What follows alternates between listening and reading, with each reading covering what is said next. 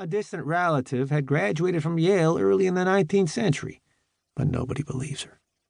My father was the first on either side of the familial fence to graduate from college. He became a government agriculturalist during the Great Depression and died in a violent accident. By any fair estimation, an unhappy man.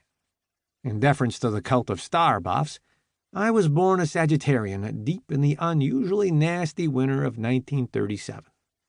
My childhood was pleasant and completely unremarkable, and will barely be touched upon again. Anyway, here is the story, the fiction, the romance. My frame was wrenched by a woeful agony which forced me to tell my tale. Someone said a long time ago. I've never seen a wolf. Zoo beasts are not to be counted. They are ultimately no more interesting than dead carp, sullen, furtive, morose. Perhaps I'll never see a wolf. And I don't offer this little problem as a central to anyone but myself. Chapter 1. Huron Mountains. You could travel west out of Reed City, a small county seat in an unfertile valley with a small yellow brick courthouse and a plugged cannon on its lawn, next to a marble slab with the names of the World War I and II dead inscribed in gold, and the not dead plainly inscribed with the suspicious neatness of cemetery script. Those who served. Farther west through 50 miles of pine barrens dotted with small farm settlements, often of less than 30 people, or merely a grocery store and gas station adjoined by a shabby aluminum trailer, or a basement house with the first and perhaps second stories awaiting more prosperous times. The stores themselves with little and aged stock. Lunch meat, bologna picked in a jar, Polish sausage, tinned foods covered with dust, plaquettes of fish lures, mosquito repellent in aerosol cans, live bait in the pop cooler outside the door. But not many of these. A narrow road through mixed conifers, cedar and jack pine, some stunted scrub oak, birch, and the short-lived poplar.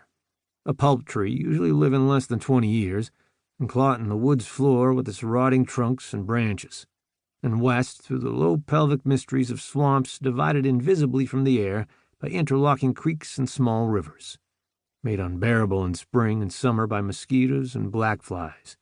Swamps dank with brackish water and pools of green slime, small knolls of fern, bog marshes of sphagnum, sponge-like and tortuous to the human foot, and bordered by impenetrable tamarack thickets.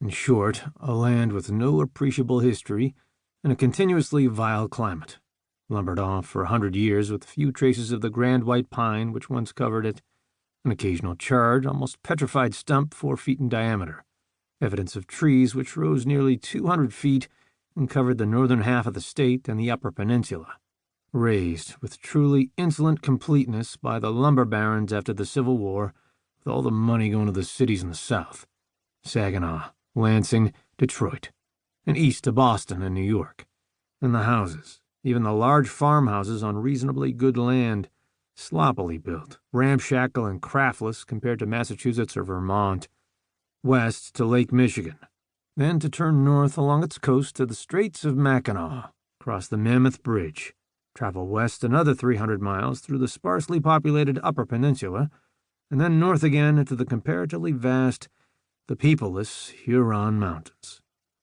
I crawled out of the sleeping bag and dipped a cup of water from a small tin pail, but the water had warmed, and the breeze during the night had blown some ashes into it, and they mixed there in the surface film with dead mosquitoes. I drew on my pants and boots and walked to the creek.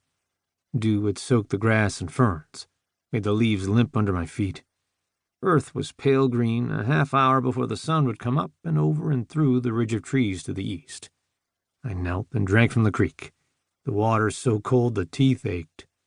I closed the tent flaps, gathered my binoculars, which I would quickly lose, and a worthless .30-30 rifle with bad sights my father had owned, and took a compass reading, which I knew would be inaccurate and pointless, as the ground in the area was full of varying amounts of iron ore. But I fixed on a knoll a mile or so away, and then on the supposed direction of the car several miles directly south by